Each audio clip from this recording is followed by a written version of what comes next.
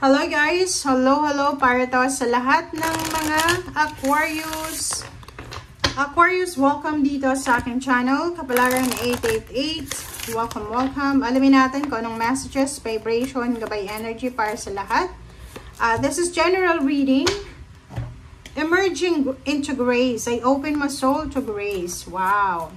So, dito sinasabi ng bara sa'yo, Aquarius, na may posible na umahad lang sa'yo, diba? Like, marami kang gustong gawin, marami kang gustong simulan, marami kang gustong tapusin. Pero, sa first card mo dito, Emerging into Grace, eto yung mga gusto mo. Gusto mo ng peaceful na buhay, gusto mo ng harmonious na buhay, mayaman na buhay, maka-experience ng luxury, matupad yung mga pangarap mo sa buhay, matulungan yung pamilya. But the problem is, meron ditong fog. Meron ditong parang bumipigil. Kumbaga, meron siyang shade. 'Di ba? Yung imaginein mo pag halimbawa foggy, 'di ba? Pag foggy, like pumunta ka ng Tagaytay or Baguio or kung nasa ibang bansa ka, pag winter, 'di ba? Sobrang foggy siya.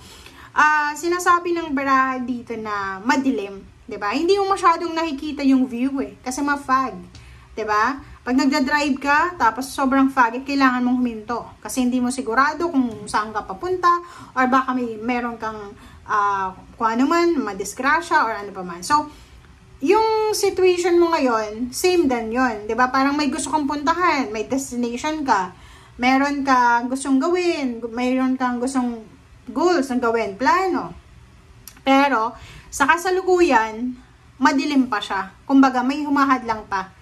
And dito sinasabi ng baraha sa'yo na buksan mo lang ang iyong sarili para sa mga pagbabago. Kasi gano'n naman talaga Everything happens for a reason. So kahit gustuhin natin, kahit ang dami-dami natin gusto sa buhay, pag talagang hindi pa para sa atin yun. So dito sinasabi ng baraha na kailangan mong hintayin na mawala yung fog na yan, mawala yung hindrance, mawala yung mga obstacles, and kung ano man yan na challenges na pwedeng hinaharap mo.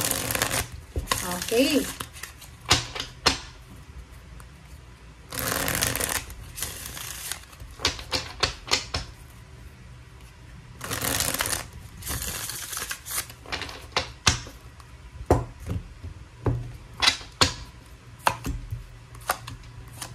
Okay. Two of Swords, sabi ko na 'di ba? Princess of Pentacles. Ito yung sinasabi sa'yo ditong Emerging into Grace. Maraming offer. Financial offer, long distance career, job, international career, international love life. But the problem is, nandito ka sa Two of Swords and Five of Wands, diba? So, maraming ino-offer na trabaho, maraming ino-offer na relationship, pagkakataon, sitwasyon. But, nandun ka sa procrastination, nandun ka sa crossroad, indecision making, and yung puso at isip mo, yung goals mo, yung wisdom, yung lahat, kung ano man to na nag-aaway-away sa sarili mo mismo. So, hindi ka makapag-desisyon kasi hindi ka sigurado Parang 1/4 ng kagustuhan mo ay hindi ka sigurado. So, nakikita ko sir dito na pinaglalaban-laban mo yung isip at puso mo. Ano ba yung desisyon? Ano ba gagawin ko ba? Itutuloy ko ba? Mahihirapan ba? Parang ganun. So, nakikita ko sa'yo dito na hindi ka pa sigurado or wala pang kasiguraduhan. Dahil sa'yo mismo yon. Okay? Okay. Diba?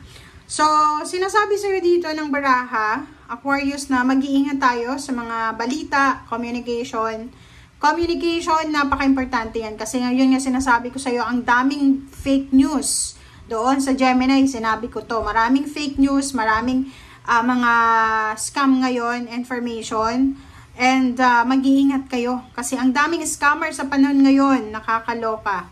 And Seven of Swords, scammer to manloloko, scammer, magnanakaw. So, mag-iingat kayo. Okay? Prince of Wands. And then, Princess of Cups. Diba? Love life. Love life tayo. Prince of Wands, Princess of Cups. So, maybe it's a first sign na gustong pumasok sa buhay mo. Sobra kang excited. Maybe, yun, communication, pwedeng makatanggap ka, Aquarius, na, uy, alam mo, may gusto ako sa'yo, ganyan, ganito. Or pwedeng, international to, nag-sign up ka sa mga dating websites, and then, akala mo, interesado sa'yo yung isang foreigner.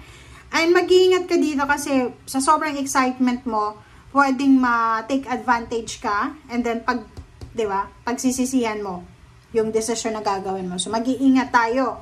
Yon, careful ka. Basta nandito yung nandito yung 7 of Swords, talagang mag-iingat kayo. Lalo na yung the Devil na Capricorn. Mag-iingat kayo. Okay. The Chariot and High Priestess. Okay. Ito ay tungkol sa progress. Ito ay tungkol sa dreams, hopes and dreams mo. Okay? Tungkol yan sa sa prosperity and abundance. Tungkol yan sa kung ano yung gusto mong mangyari sa buhay mo. Sinasabi ng barahan na kailangan mong makinig sa sinasabi ng intuition mo. And huwag tayong masyadong magpapaniwala sa kung ano yung sinasabi ng social media ngayon, ng media, parang ganon. Sinasabi dyan sa'yo ng Chariot card na iwasan natin yung sobra-sobrang mabilis gumawa ng action, outcome, 'di ba? Parang gano'n. Sa panahon kasi ngayon, ang bilis mangyari ng mga pangyayari, 'di ba? Ang bilis. Like for example, nag-post ka lang ng ganito, i-judge ka na, 'di ba? Maraming ngayong judge, maraming attorney ngayon sa tawag diyan sa social media. Ang dami-dami ngayon, lahat ngayon attorney kasi mahilig sila mag-judge. Okay? 6 of Pentacles, Ito yung pinakamaganda. Dito ka dapat mag-focus. 'Di ba? Focus ka dito kasi incoming to, isang exciting na offer. It's either, financial help. Okay? Pwedeng from Earth signs, Virgo, Capricorn, or Taurus, or Fire sign, Leo, Aries, Sagittarius, ang pwedeng mag-offer sa'yo ng trabaho. Pwedeng mag-offer sa'yo ng pera para pautangin ka. Pwedeng mag-offer sa'yo ng, trabaho, career, or pwedeng negosyo, or pwedeng tirahan, ganun din. So, dito sa barahan to, exciting talaga siya. So, doon ka dapat ma-excite, hindi dito sa love life na to. Dito din sinasabi ng barahan na may incoming na help, maybe help from heaven, help from someone else, or pwedeng from angels and archangels. So, yung 6 of Pentacles, sinasabi dito na isang pagbabago ang posibleng mangyayari sa iyo, Aquarius. Maraming tao yung pwedeng makatulong sa iyo or makakatulong sa iyo, lalo na sa mga indecision mo, yung hindi ka makapag-desisyon, mga confusion na yan, yung nagpo-procrastinate ka. So, sinasabi ng baraha, huwag masyadong ma-stress kasi parating na kung ano man siya na tulong na paparating sa iyo. Okay? Thank you guys for watching. At para sa lahat ng Aquarius, maraming salamat. Bye!